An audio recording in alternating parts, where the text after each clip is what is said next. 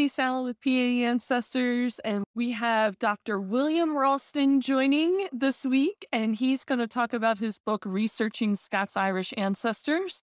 This book first published in 2005 and then updated, this is the second edition, has a plethora, a whole assortment of resources that you will want to check out, both on the history side to understand why people came here to America from the Ulster part of Ireland, but also the record sets that you need when you're over in Ireland, either virtually or in person, to figure out, are these my people that I found here in Pennsylvania? But the Ulster Irish also went to several other places up and down the East Coast. So if you're not from Pennsylvania, you can still listen to this episode and learn about Ulster Irish immigration. So without further ado, here's Dr. William Roulston with Researching Scots-Irish Ancestors. I am really thrilled to have William Roulston on the podcast. He has written a book which has been recommended to genealogists over and over and over again for people that are researching those early, somewhat pesky for us, Irish ancestors to America. The book is, this is the second edition, Researching Scots-Irish Ancestors, also called Researching Ulster Irish Ancestors, if you buy it in the UK. And it is a whopping 600 pages of excellence. William, welcome to the podcast. I'm thrilled that you're here to tell us about your book and teach us a little bit about what brought all these Scots-Irish or Ulster Irish to America. 1600 to 1800, immigration out of Ulster, Ireland. This is a big question. What were the major drivers that drove people out of Ulster? Why did they leave their homes and take rides of 6-10 weeks or more on ships out all over up and down the coast of America? Okay, well, it's a great pleasure to be with you, Denise, and thank you for inviting me on.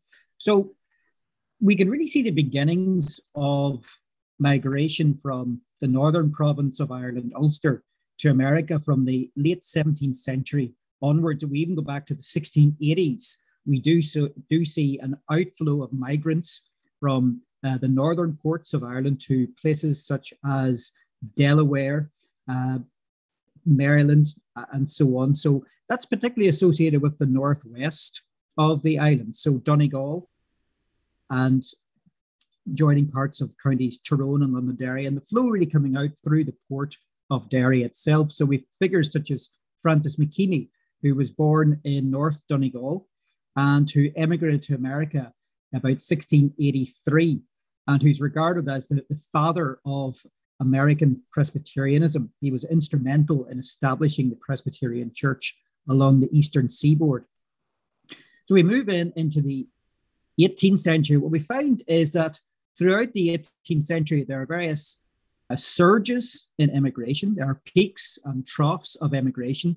And if you look at the overall pattern, you can see how closely they are related to periods of economic hardship, maybe periods of famine, of dearth, of inclement weather, harvest failures, and so on. So the economic driver was certainly hugely important in encouraging people to think, well, will I stay here in the northern part of Ireland, or will I go across the Atlantic? And obviously it was a major step to sell up and go out, because the great majority of these early migrants never, ever came back to Ireland.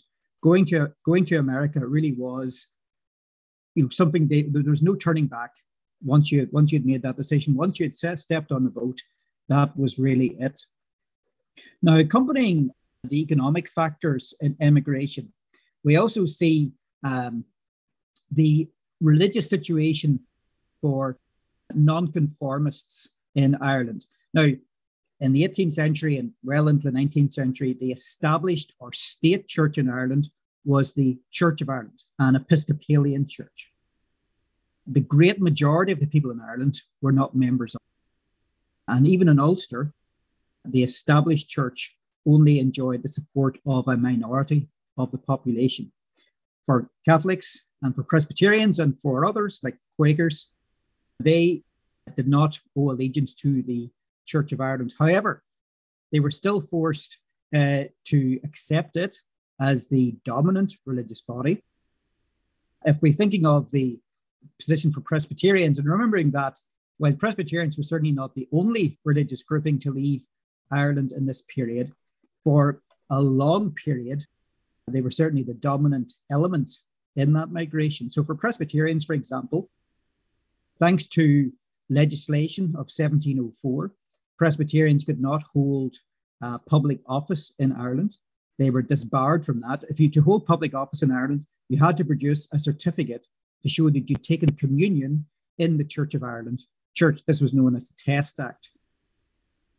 The Presbyterians also found themselves that their marriages were not considered valid, and so the children of those marriages were not regarded as legitimate. And so for these and for other reasons, Presbyterians did feel estranged from, you could say, the levers of power in Ireland, and were more inclined to seek a new life with greater religious freedom in America.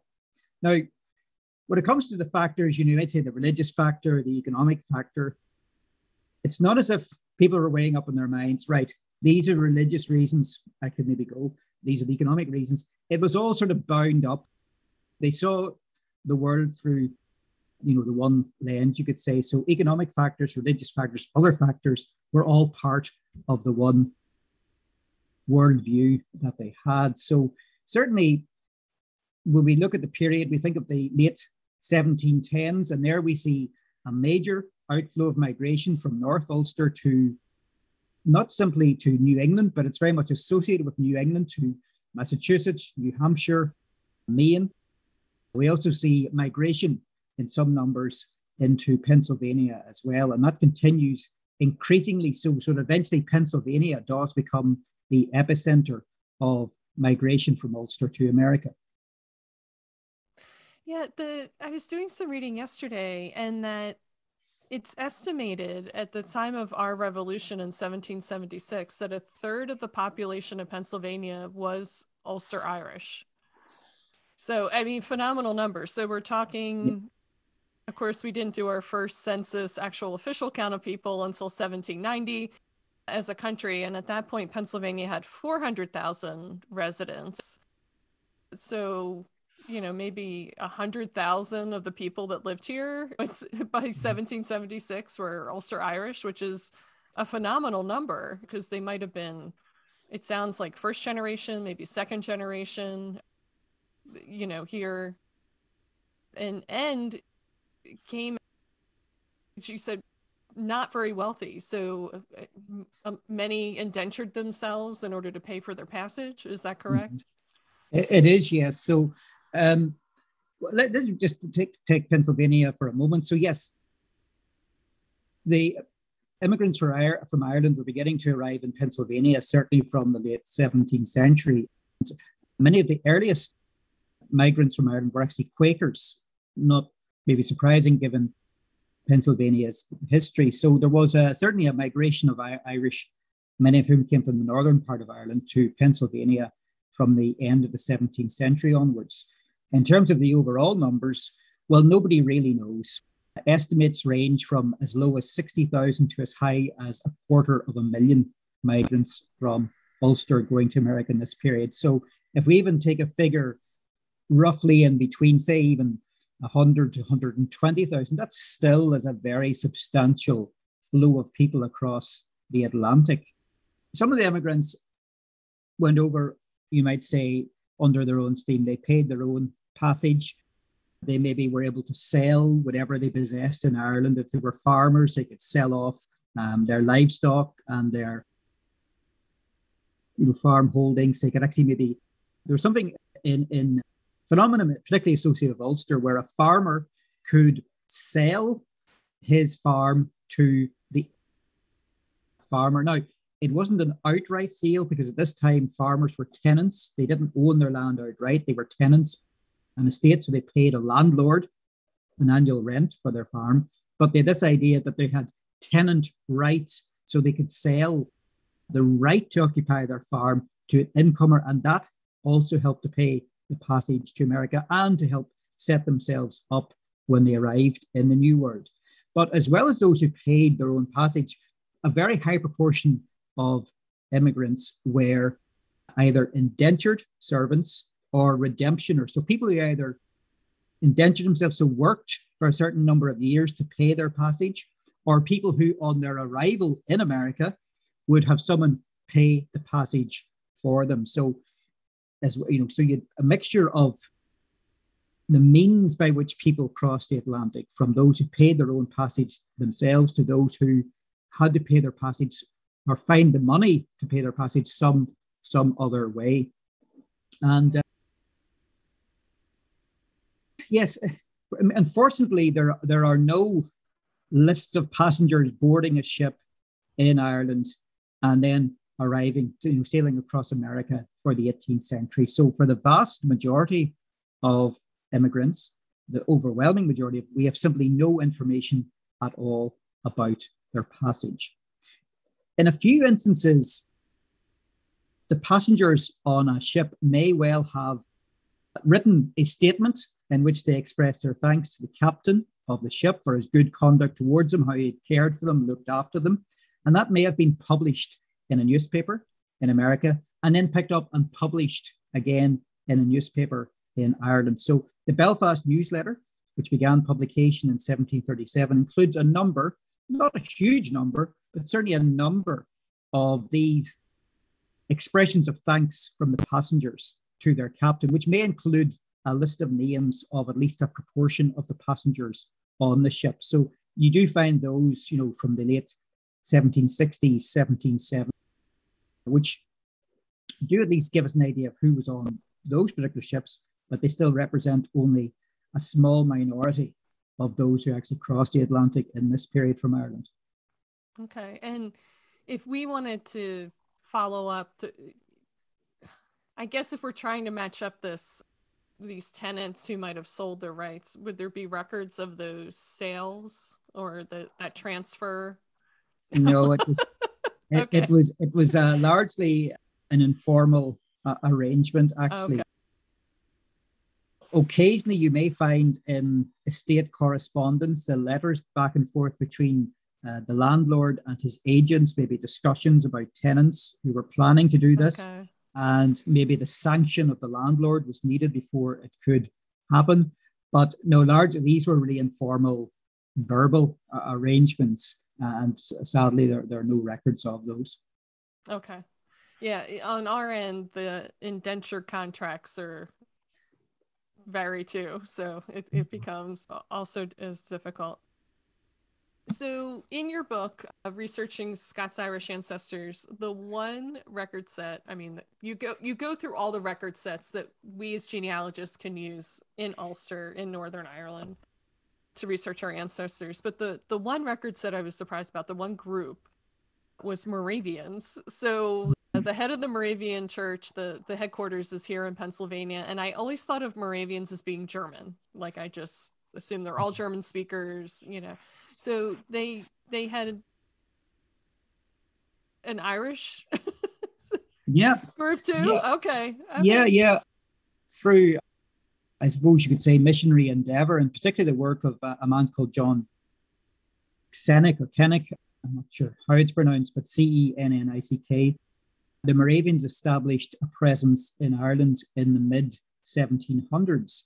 And only about three miles or so from where I am now, there is a Moravian settlement called Grace Hill in County Antrim. And it was established in the mid 18th century.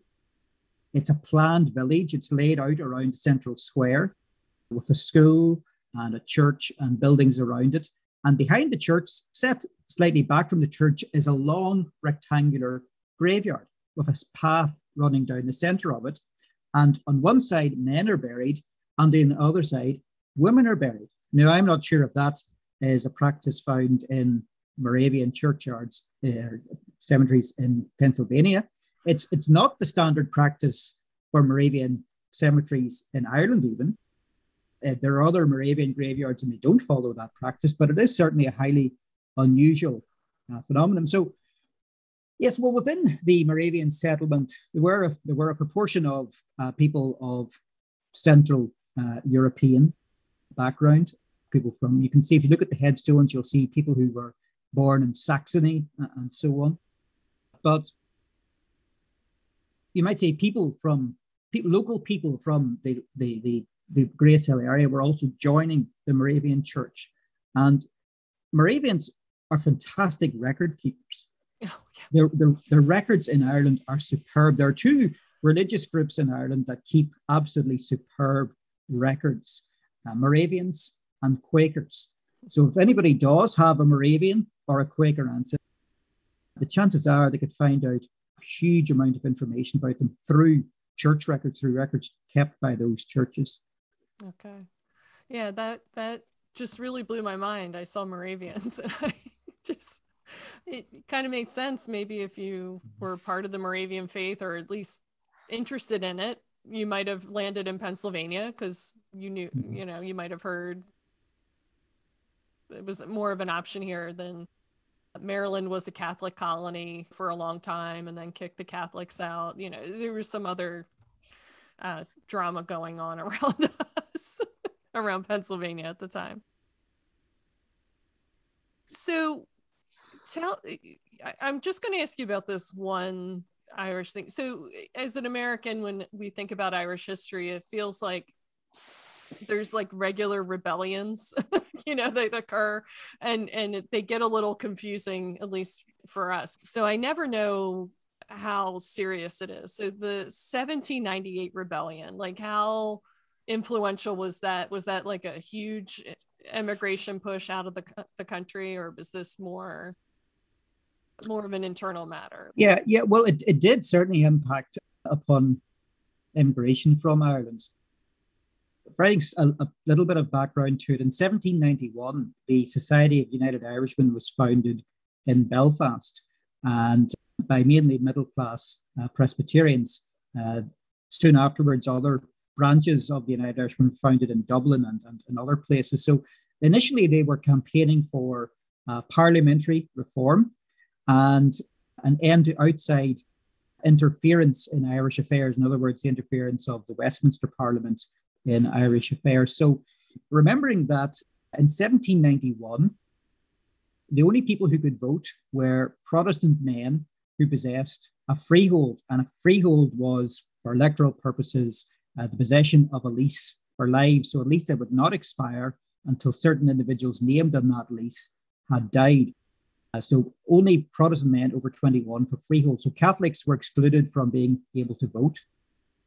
Presbyterians were never specifically banned from voting in county elections, parliamentary elections.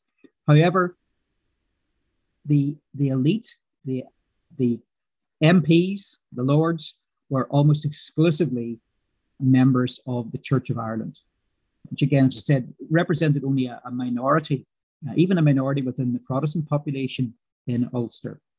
So for a variety of reasons, Presbyterians and Catholics felt excluded. Now, the United Irishman was not exclusively Presbyterian.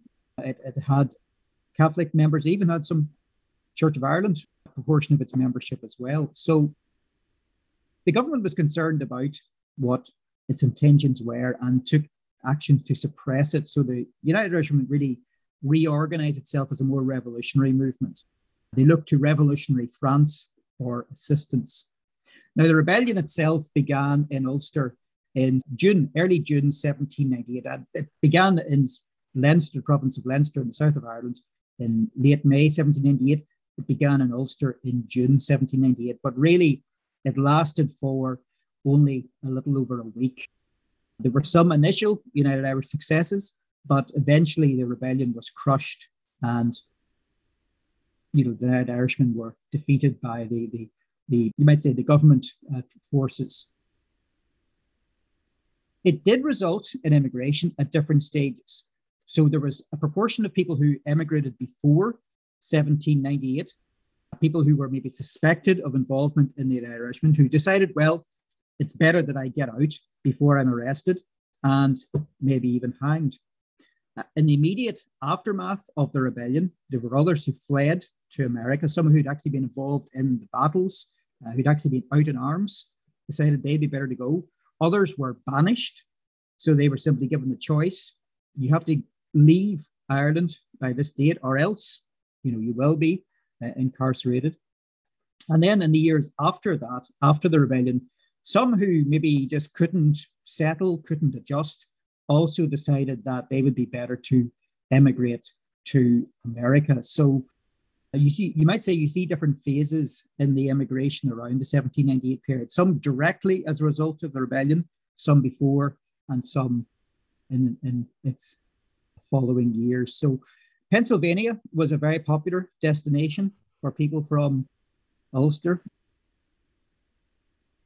We think of several Covenanters, for example, from the area in which I'm living now. So the minister of the Covenanter congregation in Cullybackey, the Reverend William Gibson, two of his young licentiates, or young students for the ministry, John Black from Port Glenone and Samuel Brown Wiley from just north of Cullybackey. They fled in 1797 to America. They had been implicated in the rebellion, and they decided it would be better to leave for America before being arrested. And who knows, they could have been put to death. This is just so wild. Yeah.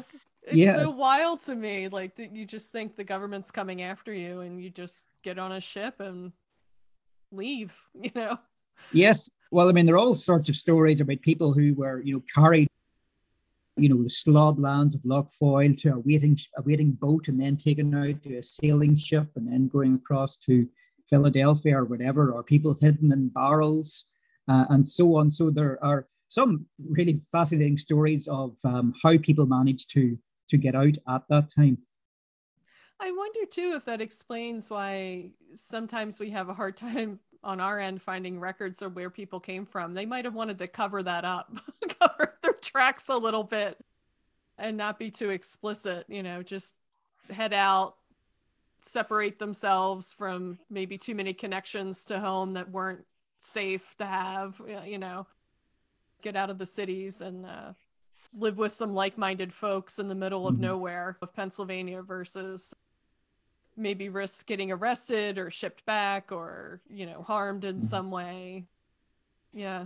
From somebody who sympathized with the Irish government at the time or the English government, Well, I think there was very little chance of them being sent back. Actually, I think they one-way trip, they didn't want them back. Yeah.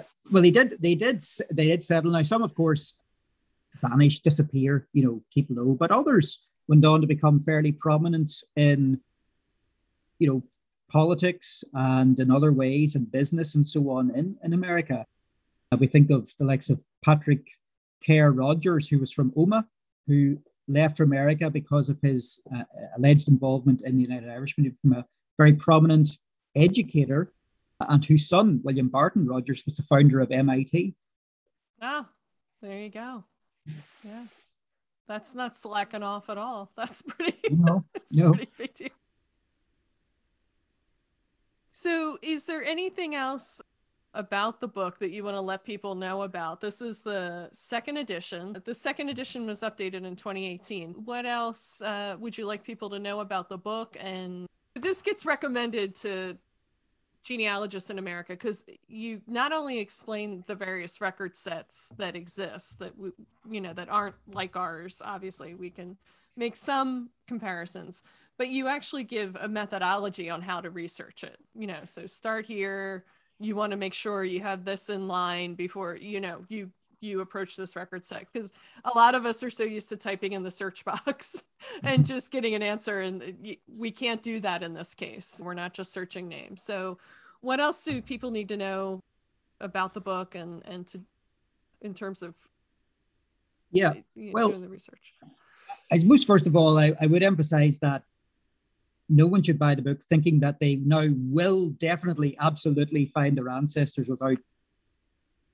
It is very much a guide to sources, and I discuss the availability of records. I discuss where they may be found.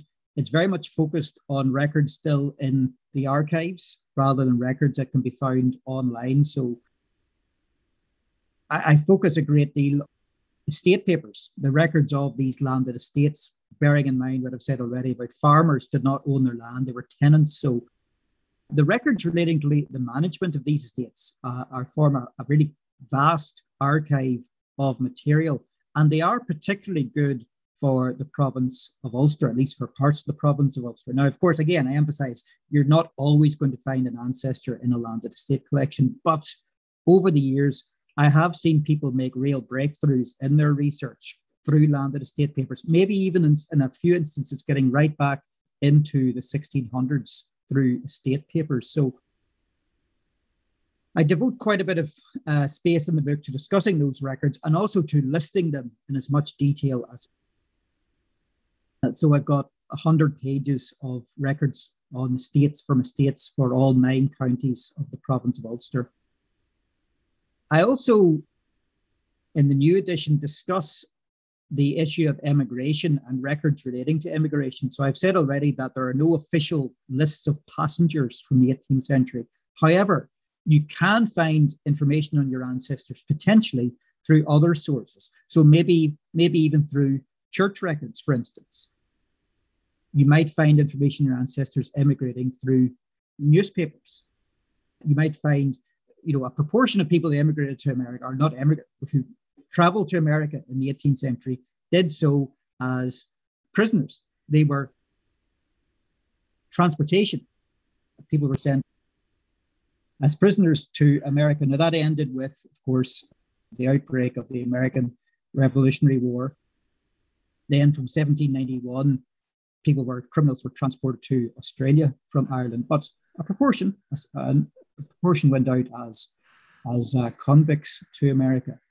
So there are, a range of different sources. If you're going through estate papers, you may, for instance, find a rental for the lands in the estate, and there may even be a comment written in one side, emigrated to America, potentially emigrated to America. So I suppose what I'd emphasize is it's important just to try to look at the totality of records for the area in which you believe your ancestors came from.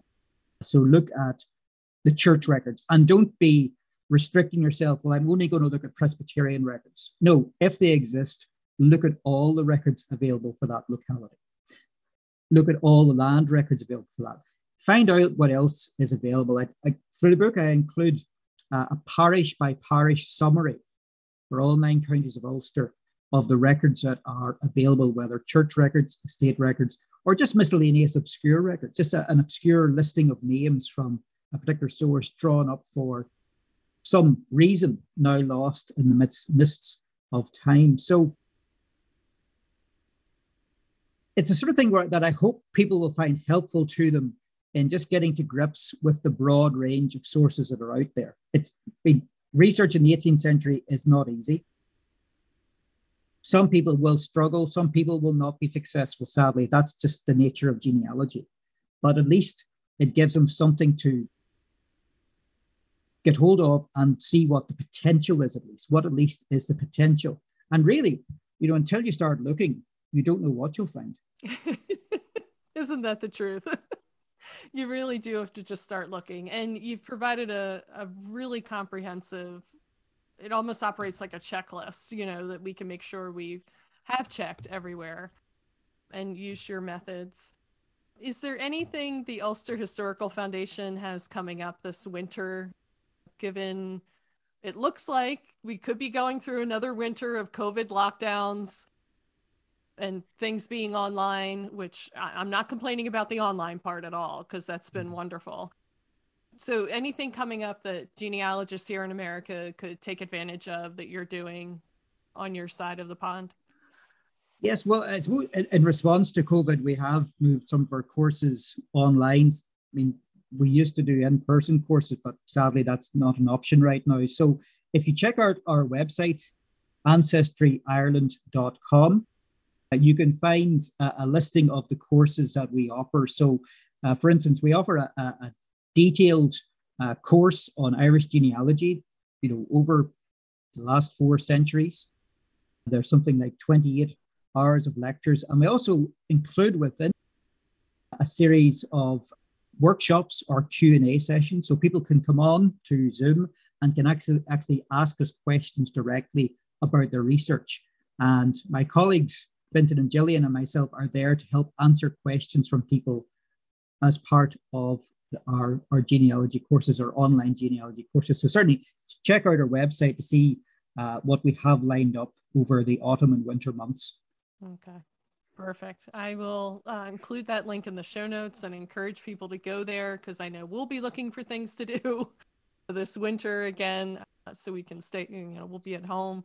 And William, I wanted to thank you for being on the podcast. I wanted to really thank you for writing this book and then updating it so I can still buy it, because sometimes there's great books and they go out of print and then we can't find them, or they're super expensive. But thank you for keeping this updated for us. I'm looking forward to diving in. I have my Curry family that I know is from Ulster, and way too common of a name. If I run across one more John or William Curry, I'm going to be tearing my hair out, but I'm sure a lot of genealogists feel the same. So I hope you stay safe and through all this, and we get to connect again in 2022. Yes, and thank you very much. It's lovely to speak to you this afternoon.